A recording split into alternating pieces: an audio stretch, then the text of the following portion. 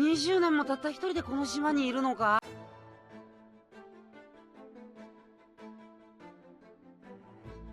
It's all out on the table now. In this episode, Luffy learns what kind of man Kuro is, and he knows he has to defeat him. Even when situations look bad, Luffy has a way of maintaining his goofy demeanor. That's no longer the case here. The moment where Luffy's anger reaches a fever pitch is brought on by this growing chasm of ideals that has been carved out over the past 7 episodes. At its core, the two captains are fighting over a difference between the way they both define a pirate. Luffy wastes no time. He calls a spade, telling Kuro that his pirate group is, quote, uncool. Kuro then gives his definition of pirates that most people would agree with. Pirate groups are nothing more than a collection of social outcasts. Crew members are loyal pawns of the captain. Whether my men live or die is all up to my orders as their leader. No matter how powerful the obstacle, they simply need to stand up to it and die for my plan. As Kuro gives his speech, we see a still frame of Luffy for 20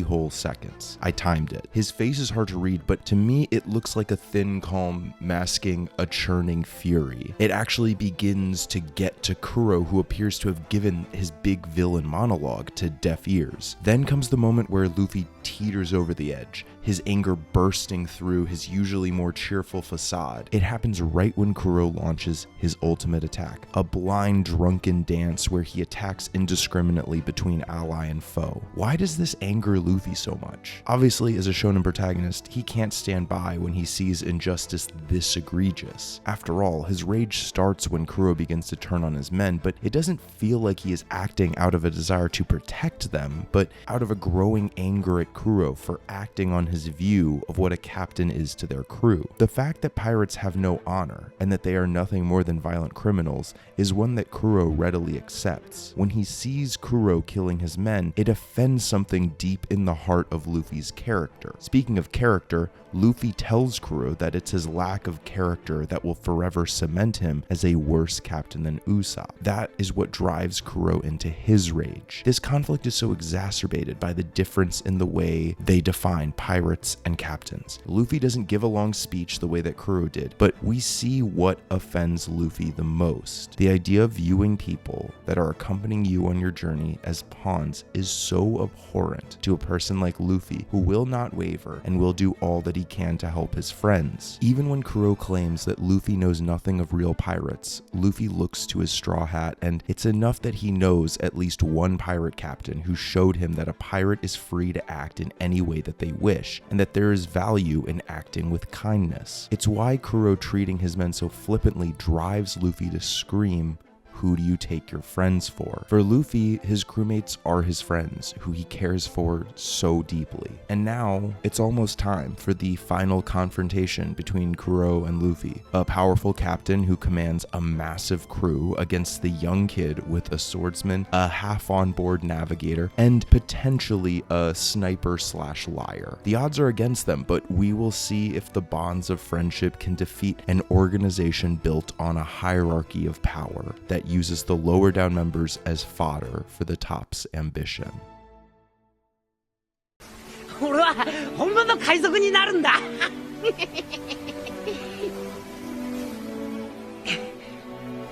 ずっと迷ってたんだ。俺はこのままここにいていいのかって。だがあいつらを見てたらやっと決心がついた。やっぱり男と生まれたからにはあの大海原に出なきゃダメなんだ。 Last episode, we stopped in the middle of the epic fight between Luffy and Kuro, a clash between two fundamentally different characters locked in conflict over how they both choose to live out their own definition of a pirate captain. The stage is set for the epic conclusion, which lasts 3 minutes. That's also including the time it took to wrap up the fight between Zoro Kaya and the Usopp Pirates versus Django, and it feels a bit anticlimactic? I'd say that's a fair take, but only if you still feel that way by the end of the episode. It can feel a little strange watching One Piece alongside some of the faster-paced modern anime. At least for now, we aren't watching multi-episode fights with jaw-dropping animation. I mean, this came out in the 90s, give them a break. Just remember that different doesn't mean worse. Most of this episode focuses on Usopp, which makes sense. We should be focused on one of the defining moments for Usopp, a character that will be joining the the crew. This short window into his life in Syrup Village is the most we've really gotten from any of our main characters' backstories. He's the town liar who runs around crying pirate with the only 3 boys who admire him in the same way that he admires his father. And the farewell between the Usopp pirates shows us Usopp's growth. From the beginning, the 3 boys have had different perspectives on their time together. They cared about each other, but Usopp was serious in his ambition to become a pirate, while the other 3 boys have more grounded ambitions. In this moment, Oda captures the twist of emotions that comes with goodbyes. It can be hard to leave a life behind filled with friendship and comfort for the unknown, and many people would rather not. But Usopp makes it clear that this decision is not a reflection on how he feels towards the 3 boys, but something he has to do for himself. And then we have Usopp's goodbye to Kaya. Usopp tells her, "I've decided to get going before I start to change my mind. Don't stop me now." Kaya tells him that she won't, and that she somehow knew that this would be his decision, which Usopp says is sad in its own way, but he promises her that he will return to the village with stories that put his lies to shame. All things considered, a much shorter goodbye than what was given to the Usopp pirates. That is, until the following scene. Usopp is left, and Kaya looks out over the sea with Mary. She says, "Lying hurts." When Mary realizes that she's referring to the lie she told Usopp, he shares a key bit of Usopp's backstory. Earlier, I referred to Usopp's story as the boy who cried wolf. It's a story that has been told again and again as a tool to warn kids against the dangers of lying. However, this retelling provides us some context and asks us to have a little empathy for the boy. His father left the village to become a pirate, and then his mom got sick and passed away. What we assumed was a boy crying wolf was really a child coping with the immense loss of both of his parents. The villagers say that lie of his also contains his wish, that his father would come back for him. What gets me more than that detail is we learn that this pain was the driving force behind him and Kaya becoming friends. Knowing the pain of losing both of his parents, he did everything he could to cheer her up. Kaya, who had been driven to a weakened state by her grief, was motivated to keep living by all of Usopp's lies of grand adventure. Of course she didn't want him to leave, so why didn't she ask him to stay? Because he would have. Usopp clearly loves her and would have stayed if she'd asked, and she knows it. Some people, though, need to leave and experience the vastness of the world. Trying to hold on to him tighter would have been detrimental for both of them. Usopp has his journey and Kaya has hers. Just as Usopp must follow his dream, she must follow her own. There is hope that they will meet again, but Kaya made sure that neither of them compromised their dream for that hope. It's sad, but there's also new hope and a chance at new friends when you leave one part of your journey for another, and we see that here. Usopp must have forgotten this moment earlier when Zoro says that if Usopp hadn't fought for his village, Zoro wouldn't have fought either. Zoro and Luffy already view Usopp as a member of their crew, someone that they will fight alongside even if they have no personal stake in the outcome. The moment when Usopp realizes that they want him to board their new ship, we can see some of the fear and doubt in Usopp burn away on the spot. He decided to leave, but he hadn't counted on being able to leave with his friends. Hey, Ciano here. I just wanted to take a moment to say thank you for all the support that I've been getting on this series and those likes and comments. If you want to help out the channel, and coincidentally me, make sure you hit that subscribe button below. Thank you so much for watching, and I'll let the supercut keep playing. なんだこんなところにいたのか。あんたこの騒ぎがあったっていうのに今まで寝てたわけ？お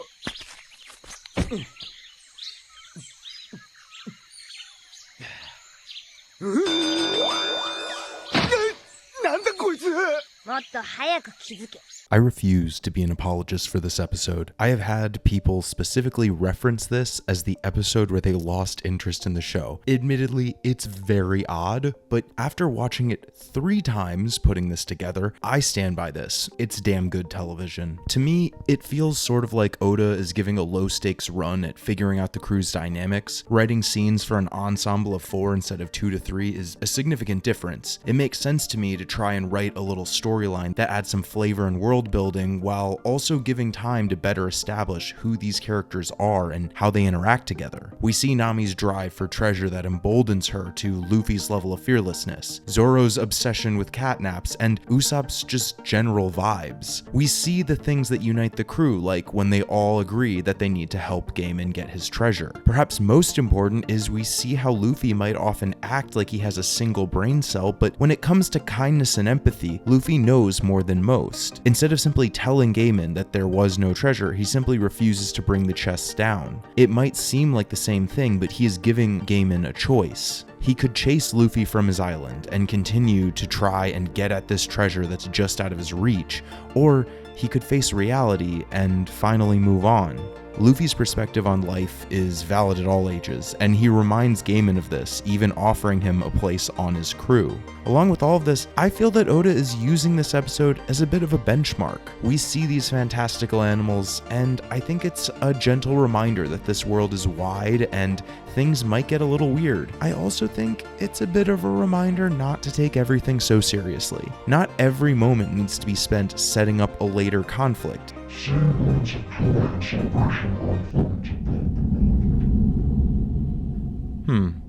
That episode seems a little short. Make sure you check back for the entire unfiltered episode.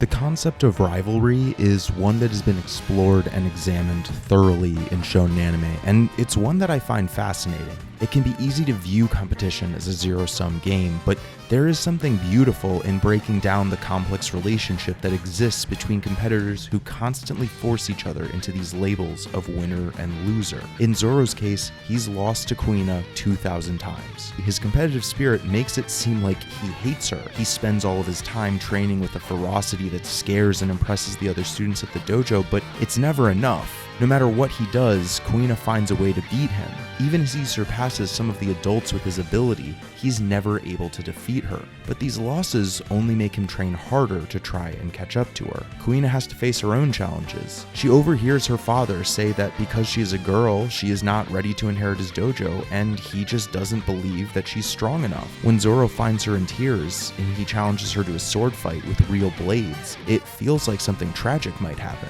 Instead, Kuina beats Zoro again, sparing his life but claiming her 2001st win. Then we get to this moment that I love. After beating him, Kuina says that she wishes she were a boy. She even tells Zoro that because he's a boy, he will naturally grow stronger and will eventually surpass her. But Zoro doesn't want to hear it. You're my goal. This moment exists for Zoro outside of something as silly as gender. She is the point in the distance that he has been running toward since the first day he lost to her. It makes him sick to watch this person that he admires so much cheapen herself by bending to the outdated ideas of her father. Now it's time to welcome you to a One Piece backstory staple, Crushing Sadness. After Kuina dies in such an ordinary way, Zoro is completely lost. After spending so long on her heels, he probably never pictured a reality where she would not be that constant out in front of him. His training reaches new levels of intensity while he mourns her death. It isn't just the death of his friend, but the death of his rival. Kuina's father reveals to Zoro that it wasn't only a precious relationship in his mind, but Kuina's as well. She had achieved a level far beyond what he thought was possible for her, because she felt pushed to always beat Zoro. With tears streaming down his face, Zoro begs for Kuina's sword so that he can become the greatest swordsman for both of them.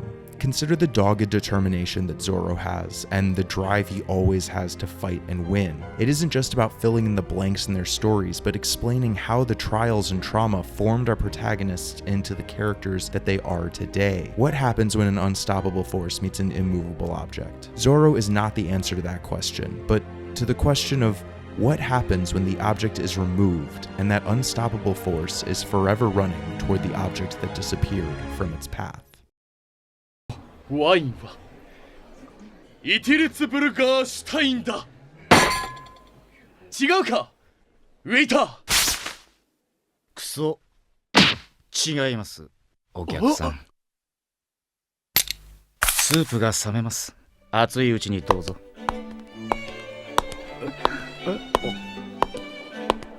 ちなみに私は副料理長のサンジです。ウェイターは昨日で全員逃げ出しました。 Let's talk about using every moment in storytelling. Like lots of anime, Oda likes to show moments from several vantage points, each one adding context, backstory, humor, or foreshadowing. Take this moment where they have this run-in with a Navy ship, and so much happens in this singular encounter. Luffy introduces himself to the Navy as a new pirate captain, Johnny drops a stack of his wanted photos, Nami is drawn to a specific one, Usopp stages a minor coup, and moments later a cannonball has hit the Baratier restaurant. In one moment there is humor, foreshadowing, and plot points all told together in such a way that we laugh and watch, unaware of the details Oda is weaving into the world around us. It isn't his only tool, as we see moments later. We introduce a new candidate to join the crew. Sanji is serving in more ways than one, and it's easy to root for him to make a fool of this Navy lieutenant. What comes next is nothing groundbreaking in terms of anime storytelling. What's more important is what's in the details. The first thing he says upon seeing the spilled soup is, "You could have eaten it if you'd taken the bug out, couldn't you?" Then he tells the man how difficult the broth is to make. Even as his hand is being crushed into the ground, he doesn't react. It's odd for sure, and it isn't explained at all in this episode. But by taking the familiar scene of a cool protagonist standing up to the hothead bully, Oda finds a way to make it interesting. Not only that, but it so succinctly sets the foundation for who Sanji is. He has the customer service worker's dream of telling a customer to eat his money instead. We also see the power and conviction that Sanji has as a cook of the sea when he does not hesitate to fight back. And let's not forget who it was he attacked, a member of the Navy, which shows that he holds his convictions to a standard that far exceeds that of the law. It only takes a few moments, but Oda has left the groundwork for a new person that our characters will meet and potentially take on their journey that has been told for the past 25 years.